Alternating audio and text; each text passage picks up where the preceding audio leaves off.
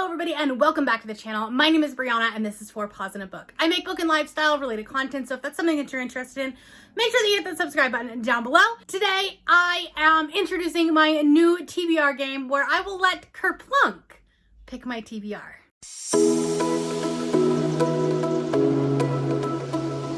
Welcome! If you're new here, welcome.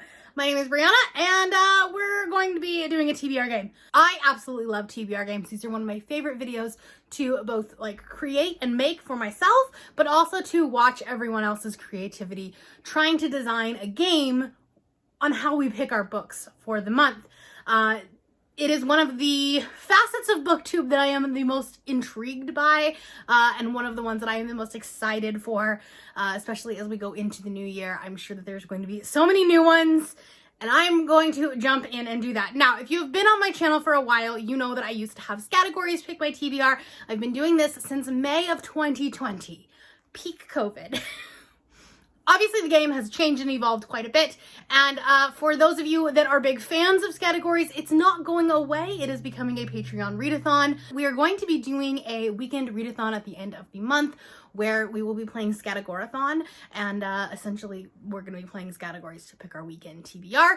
The link for my Patreon will be down below. It is a great time to join us, but it was time to try something new, and thus introduced Kerplunk. Kerplunk used to be one of my favorite games as a kid. My sister and I would play this for hours. And so when I thought, how do I make this a TBR game? It slowly evolved and kind of came into this being, and I'm going to show you how to play it. Essentially what we're going to be doing is we're going to be pulling the sticks. Each stick will represent a book. I have cards that are prompts that match these colors, so we will basically still be picking our books off of prompts. And then if the marbles fall, we have a punishment. I will go into all of the rules. I'm gonna do like a camera on while I'm playing it, and we'll go over all the rules.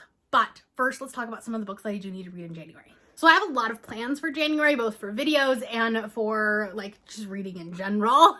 In January, I will be prepping for at least 2 Spiffbo vlogs. So you'll see 4 of the top 10, not including the one that I'm already reading for. I am also going to be reading the books that didn't make the top 10 in the Goodreads Romance Awards, so that way I can say I read all 20 of them. So there's 4 books on that list that I still need to read. I plan on binging the Last Hours trilogy, or at least the first 2 in the month of January. So there's a lot going on in January as far as videos. In terms of content, I'm actually going to be putting out a video Monday through Friday every single week in the month of January, so stay tuned for that. It's gonna be a good time. Fun and exciting projects that I'm really, happy for. There's also 2 to 3 other long form vlogs that I'm gonna be working on in January, February, so some of the books will end up on there. I'll also be reading Small Miracles by Olivia Atwater. Now, this is a Spiffbo book, so it could potentially be one of the 4 or 5-ish that I will be reading in January, for the actual vlog. We'll see what the Mug of Chaos lets me do. But this is also the inaugural pick that Cal and I chose for Not Your Mom's Boozy Book Club, a new book club that Cal and I are starting in January. The announcement video I will link up above. With all that said, the first thing we need to do is figure out how many books are going to be on my TBR.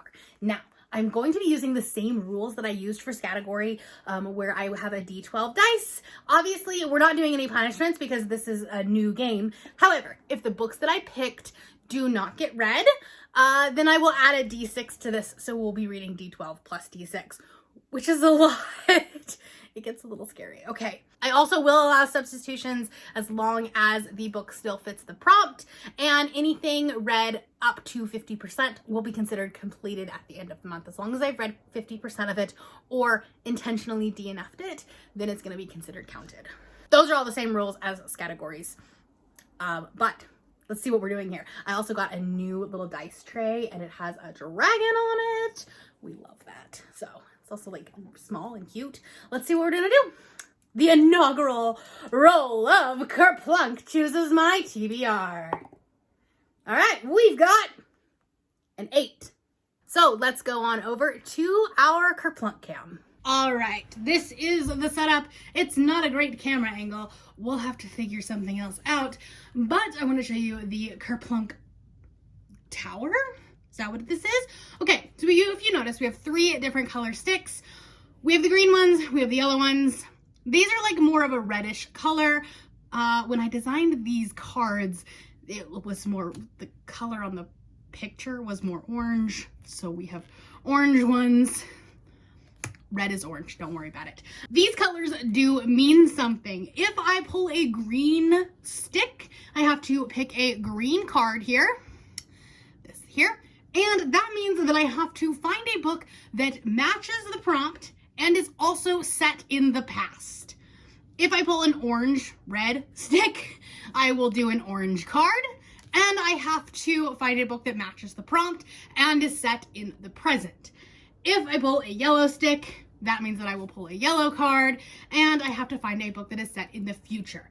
Obviously with fantasy, I kind of have to be, I have to guess. Sometimes when things like that happen, I'm going to be kind of lenient with it.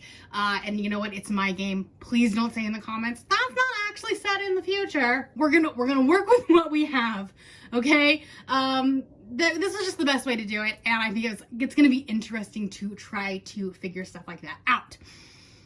So, without further ado, let's pull one. Now, what happens if the marbles fall? Well, if some marbles fall or one marble falls, then I have a list of punishments. For this month, I just have a random number generator, and I'm going to just pick a punishment off of that because I have a list of them. In the future, though, I'm actually going to be getting some black Kerplunk cards, and we'll just draw a card. Now, if all of the marbles fall, that means that I will have to replace every book that I have chosen so far with a new book that still matches the prompts. So, hope that never happens. I'm taking some inspiration from Jenga, which is Rise TBR game, and a little bit of that, but with my own twist for sure. All right, so I have 8 of these to pick. Let's just get started. Okay. We're going to start with an orange one stick down, and we're going to pick our top orange card, which is an ebook. For the ebook set in the present, I am going to be reading Highly Suspicious and Unfairly Cute by Talia Hibbert. This is Talia's YA debut. It comes out on January 3rd. I actually have an ARC of this, and this will likely be my first book of 2023. It worked well for me in the past when I read Talia's book as my #1 book. It ended well, so we're gonna try this again. This is, like I said, a YA debut. It is a rivals to lovers, like academic rivals to lovers. They have to go to this wilderness retreat and end up having to work together, and you know, sparks fly. So I think it's gonna be really cute. All right, let's pick our next pick here. Let's try to do one that's in the past.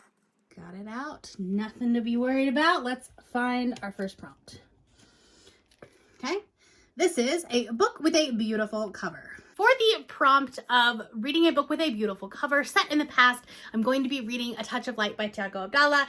This is one of the SPIFBO finalists. This is one of the books that I weirdly have very high expectations for, and I'm very excited about it. It's a medieval fantasy. It's got a lot of political intrigue, got a lot of religious aspects to it, and it's about 2 different kingdoms, sections, factions, whatever. One worships life, one celebrates death, and obviously they're going to war. There are griffins in this. The second book comes out in late January, so I do want to read this one early. I want this to be one of my early SPIFBO finalists.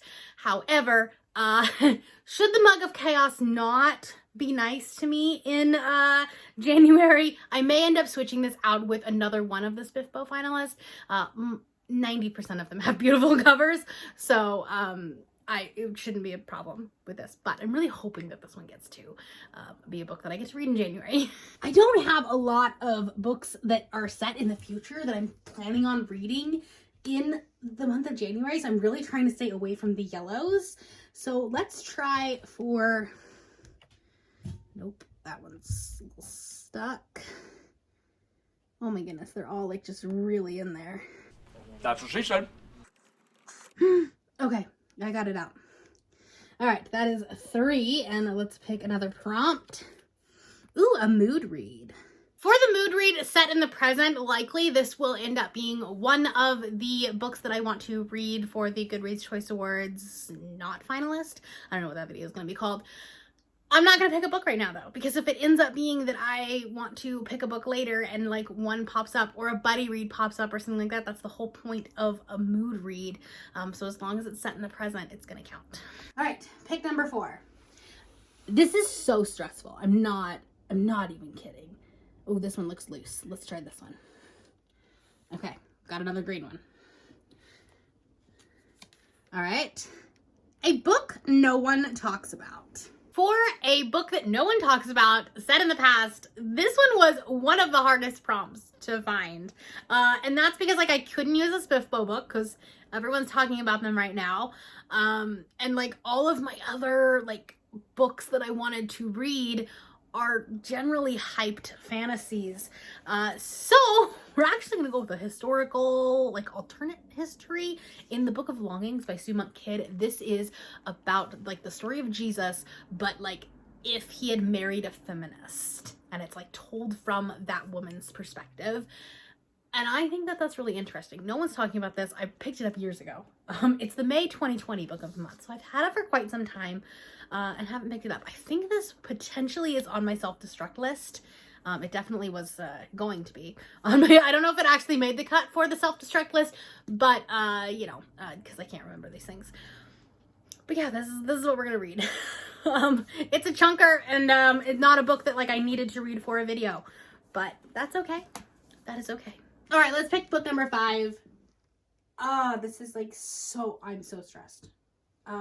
Also, I haven't done so well on picking the books that I actually need to read this month. So, well, this one looks easy. Okay, good. All right, let's pick a card for that one. Okay, this is a 2023 release. I think this one might be too hard just because it's like so early into January.